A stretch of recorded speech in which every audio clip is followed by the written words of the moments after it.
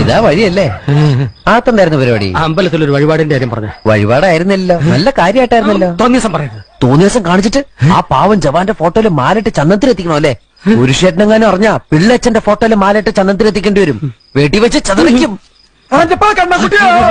നാട്ടുകാരെ വിളിച്ചു കൂട്ടിട്ട് മോൻ എന്ത് കിട്ടും? എനിക്കൊന്നും കിട്ടില്ല, പിള്ളേച്ചന് കിട്ടും. നല്ല അസല് പൊതുക്ക്, വലിയ നിലവിലുള്ള ആളല്ലേ, എല്ലാരും ഒന്ന് അറിയട്ടെ എന്ന്. നീ എന്റെ മാനം കളയരുത്. നിനക്ക് എന്ത് വേണേലും ഞാൻ തരാം. എന്ത് തരും? എന്ത് വേണം? അച്ഛന്റെ കയ്യിൽ നിന്ന് കള്ളക്കണക്ക് എഴുതി വാങ്ങിച്ച കുരുടിമുക്കിൽ 25 സെന്റ് സ്ഥലം. അയ്യോ മാധവ, അത് അയ്യാ മാധവ, അത് എഴുതി തരൊന്നും വേണ്ട. അവിടെ ഇത്തവണ എനിക്ക് വിത്തറക്കണം. അതെന്റെ ഒരു മോഹം. ഞാൻ പടാവലും ഇട്ടിരിക്കുക. ആയിക്കോട്ടെ, അത് വിറ്റ് കഴിഞ്ഞാൽ എനിക്ക് വിത്തറക്കാലോ. ഇറക്കാം. ഉറപ്പാടാം. പോകാൻ വരട്ടെ. ഇതൊക്കെ മറക്കാതിരിക്കാൻ ഞാനൊന്നും കൂടെ തന്നാലോ? വേണ്ട, ആരും കാണൂല. വേണ്ടെന്നേ. എന്നാ ചാടിക്കോ മോനെ.